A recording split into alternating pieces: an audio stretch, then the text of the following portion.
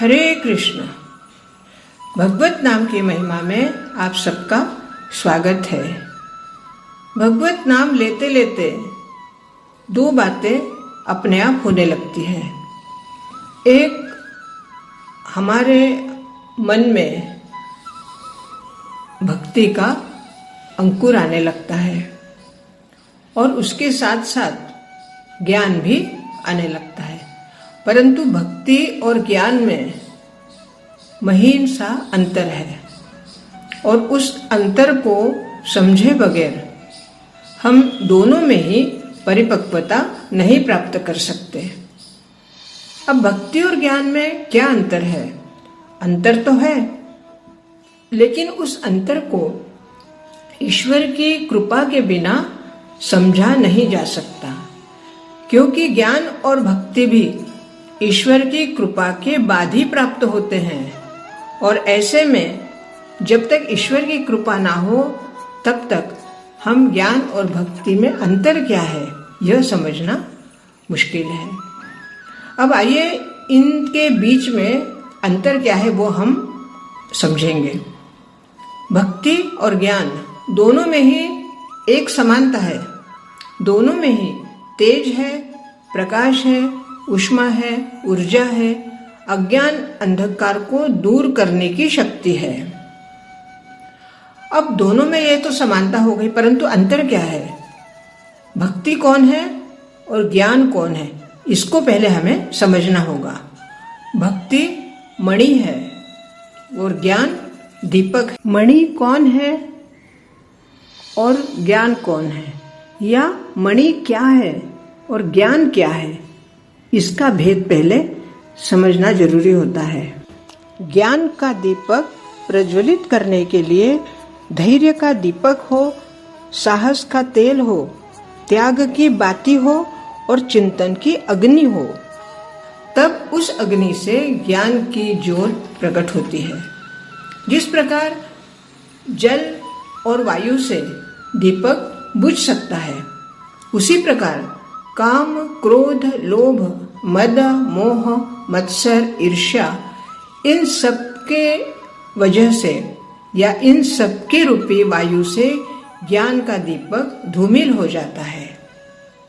और अब मणि की बात करते हैं। मणि स्वयं प्रकाशमान है, उसे कोई बुझा नहीं सकता।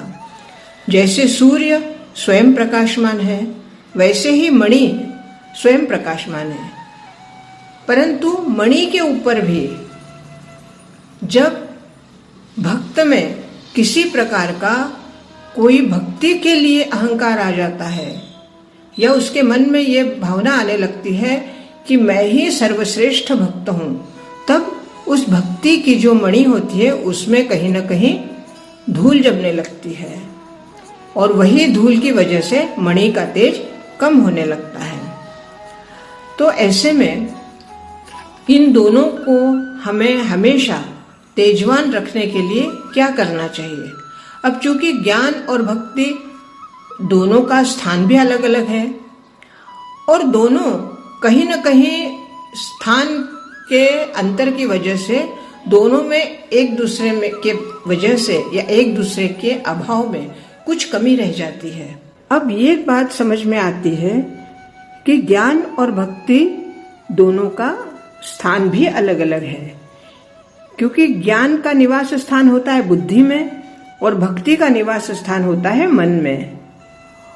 और जब दोनों का स्थान अलग अलग है तो दोनों का आपस में एक दूसरे के साथ मेल ना होने की वजह से दोनों में कुछ न कुछ अभाव रह जाता है। क्योंकि ज्ञान के साथ जब भक्ति होती है तो ज्ञान की सहायता से भक्ति और भी प्रखर हो जाती है, और जब भक्तिमय ज्ञान होता है तो उस ज्ञान में जो अहंकार रूपी क्षुद्र बीज होता है वह दूर हो जाता है। इसलिए ज्ञान के साथ भक्ति होनी चाहिए और भक्तिमय ज्ञान होना चाहिए। इन दोनों का प्रकाश भक्त और ज्ञानी को कभी भटकने नहीं देता। भक्ति और ज्ञान दोनों ही भक्त और ज्ञानी की सदैव रक्षा करते हैं। भक्ति और ज्ञान दोनों ही मार्ग से अध्यात्म तक पहुंचा जा सकता है, परंतु दोनों के मार्ग अलग अलग हैं। दोनों ही परम सत्य तक पहुंचने के लिए हमें मदद करते हैं। ज्ञान का मार्ग बुद्धि और विवेक पर आधारित होता है, जहां भक्त सत्य को समझने के लिए तर्क और विश्लेषण का उपयोग करता है, और वही भक्ति का मार्ग प्रेम और समर्पण इसके ऊपर आधारित रहता है। भक्त यहाँ पर भगवान के प्रति प्रेम और श्रद्धा व्यक्त करता है और पूर्णतः स्वतः को समर्पित कर देता है। यही भक्ति और ज्ञान में अंतर है। तो ज्ञान और भक्ति दोनों ही धूमिल ना हो, इसके लिए हमें भगवान का नाम सतत स्मरण करते रहना चाहिए, ताकि भक्ति और ज्ञान के दीपक पर कभी भी कोई भी अहंकार की धूल ना जमने पाए। आज के लिए इतना ही। बहुत बहुत धन्यवाद। हरे कृष्ण हरे कृष्ण।